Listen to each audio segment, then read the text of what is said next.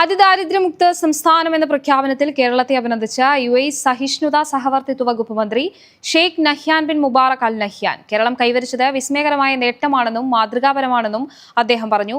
അബുദാബിയിൽ നടന്ന ചടങ്ങിൽ മുഖ്യമന്ത്രിയുടെ സാന്നിധ്യത്തിലായിരുന്നു പ്രശംസ. ഹൃദയത്തിൽ നിന്നുള്ള വാക്കുകൾ എന്നായിരുന്നു ഇതിനോട് മുഖ്യമന്ത്രി പ്രതികരിച്ചത്.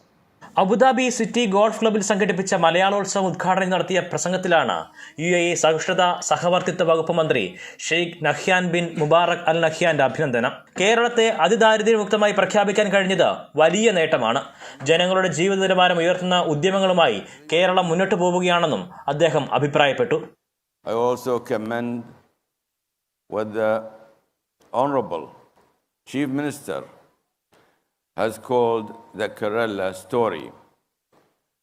The successful eradication of extreme poverty in your state, sir.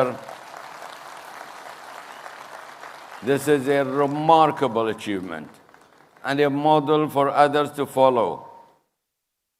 Kerala continues to move forward. കേരളത്തെ അതിദാരിദ്ര്യമുക്തമാക്കാനുള്ള തീരുമാനം ഒരു ദിവസം കൊണ്ടെടുത്തതല്ലെന്നും വിശദമായിട്ടുള്ള പഠനം അതിനായി നടത്തിയെന്നും മുഖ്യമന്ത്രി പിണറായി വിജയൻ മറുപടി പ്രസംഗത്തിൽ വ്യക്തമാക്കി. ലോകത്തെവിടെയുമുള്ള മലയാളികൾക്ക് ഇത് അഭിമാനിക്കാവുന്ന നേട്ടമാണെന്നും അദ്ദേഹം ചൂണ്ടിക്കാട്ടി.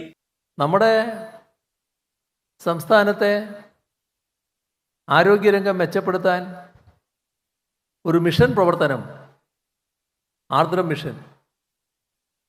പൊതുവിദ്യാഭ്യാസ രംഗം മെച്ചപ്പെടുത്താൻ പൊതുവിദ്യാഭ്യാസ സംരക്ഷണ യജ്ഞം എന്ന മിഷനായിരുന്നു.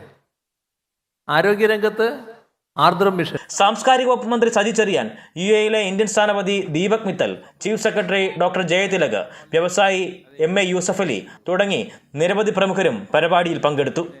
NTV Abu Dhabi.